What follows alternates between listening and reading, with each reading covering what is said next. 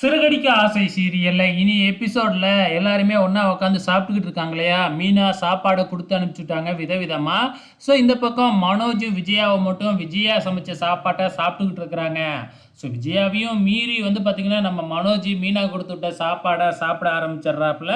அப்பதான் ரோகிணிய வந்து டைவர்ஸ் பண்றதுக்காக நான் ஒரு சூப்பர் பிளான் வச்சிருக்கேன். நானும் என் ஃப்ரெண்டும் சேர்ந்து ஒரு பிளான் போட்டிருக்கோம் அப்படின்னு சொல்லி, அந்த பிளான் என்ன அப்படிங்கிறதையும் நம்ம மனோஜ் சொல்லிடுறாப்புல. இதை கேட்ட உடனே விஜயா பயங்கரமா பாராட்டுறாங்க.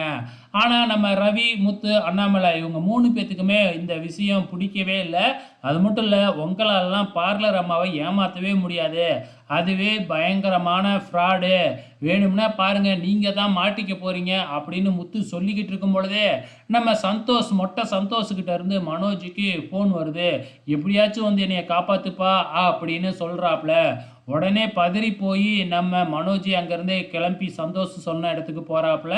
கூடவே வந்து நம்ம முத்துவையும் அழைச்சிக்கிட்டு தான் போறாப்லையாட்டுக்கு. அங்க போய் பார்த்தா, அங்க சாட்டையால ஒருத்தர் அடிச்சுக்கிட்டு இருந்தாரு இல்லையா? ஸோ அவர்கிட்ட போய் ரோகிணி பேசிக்கிட்டு இருந்தது இல்லையா? அது என்ன அப்படிங்கிறது இப்ப தான் தெரியுது. ஸோ அந்த ஆள் வந்து பார்த்தீங்கன்னா, ஒரு பாழடைஞ்ச பங்களாவுல வச்சு நம்ம சந்தோஷ சாட்டையால அடி வெளு வெளுன்னு வெளுத்துக்கிட்டு இருக்கிறாப்புல. வெளியில கதற சவுண்டு கேட்குது. நம்ம மனோஜும் முத்துவும் அங்க வந்துடுறாங்க. சந்தோஷ் அலற சவுண்டை நோக்கி அங்க போனா, தலைவர் சாட்டையால அடி வாங்கிக்கிட்டு இருக்கிறாப்புல. நம்ம முத்து போய் தான் வந்து பார்த்தீங்கன்னா காப்பாத்துறாப்புல. அப்பயும் இன்னும் கொஞ்சம் பாக்கி அடி இருக்கு, நான் அடிச்சுட்டு தான் போவேன் அப்படின்னு சொல்றப்ப, அதெல்லாம் முடியாது அப்படின்னு அந்த சாட்டையால அடிச்சவரையே அடிச்சு நம்ம முத்து விரட்டி விட்டுறாப்புல. அதுக்கப்புறம் தான் சந்தோஷ் நடந்ததை எல்லாத்தையுமே சொல்றாப்புல. இந்த மாதிரி ரோகிணி தான் என்னைய ஃபோன் பண்ணி இங்கே வர வச்சது. வர வச்சதுக்கப்புறம் இந்த ரூமுக்குள்ளே தள்ளி சாட்டையால் அடி வாங்க வச்சிடுச்சு. ரோகிணிக்கு எல்லாமே தெரிஞ்சு போச்சு அப்படின்னு சந்தோஷ் சொல்ல, உடனே முத்து சந்தோஷையும் மனோஜையும் பயங்கரமாக திட்டி, ஏன்டா இதெல்லாம் ஒரு பிளானா? இப்படி ஒரு கேவலமான பிளானை ஏன்டா போட்டீங்க அப்படின்னு சொல்லி மறுபடியும் திட்டி, சந்தோஷை ஆஸ்பத்திரி அழைச்சிக்கிட்டு போ அப்படின்னு மனோஜை அனுப்பி வைக்கிறாப்புல.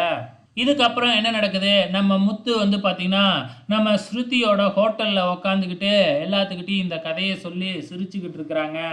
இந்த ஸ்ருதி, ஆமா, ஆமா, அந்த மனோஜுக்கும் சந்தோஷுக்கும் வேணும். இவ்வளோ பெரிய கேவலமான ஐடியாவை குடுத்தா அடி வாங்கத்தான் வேணும்.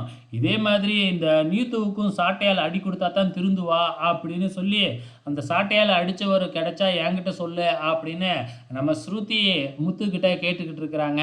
ஸோ கடைசியா வந்து பார்த்தீங்கன்னா, நம்ம மனோஜ், விஜயா, அண்ணாமலை இவங்க 3 பேரும் பேசிக்கிறாங்க. ஸோ அண்ணாமலை வந்து ஒழுங்கா நேர்மையான வழியிலேயே போங்க அப்படின்னு அட்வைஸ் பண்றாப்ல. ஆனா இந்த விஜயா இருந்து திருந்துற மாதிரி இல்ல. மனோஜையும் வந்து பார்த்தீங்கன்னா, தப்பு தப்பா ஐடியா குடுத்து, ஸோ கண்டிப்பா உங்க 2 பேத்துக்கும் டைவர்ஸ் கிடைச்சிரும். நான் இப்பவே உனக்கு பொண்ணு பார்க்க ஆரம்பிச்சுட்டேன் அப்படின்னு வேறயா சொல்லிக்கிட்டு இருக்கு. அப்கமிங்ல என்ன நடக்க போகுது அப்படிங்கிறது தெரியல. பொறுத்திருந்து பார்க்கலாம்.